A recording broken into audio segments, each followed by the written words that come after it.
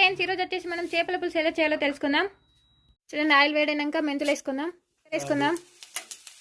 మిర్చి వేసుకుందాం, ఉల్లిగడ్డలు, బగారాకు, బండ పువ్వు, మెంతాకైతే వేసుకుందాం, వెల్లుల్లి పేస్ట్ వేసుకోండి, అల్లం పేస్ట్ వేసుకోండి, పసుపు వేసుకుందాం.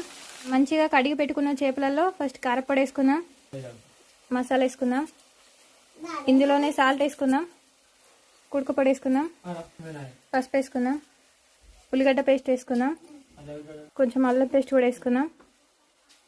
ఇప్పుడు ఇవన్నీ మిక్స్ అయ్యేలా కలుపుకొని ఇవి ఆయిల్లో వేసుకుందాం. చూడండి, మంచిగా ఆయిల్లో వేసుకొని అయితే మంచిగా కలుపుకుందాం. ఒక 2 నిమిషాలు ఆయిల్లో ఉడికిన తర్వాత ఇందులో చింతపులుసు అయితే పోసుకుందాం.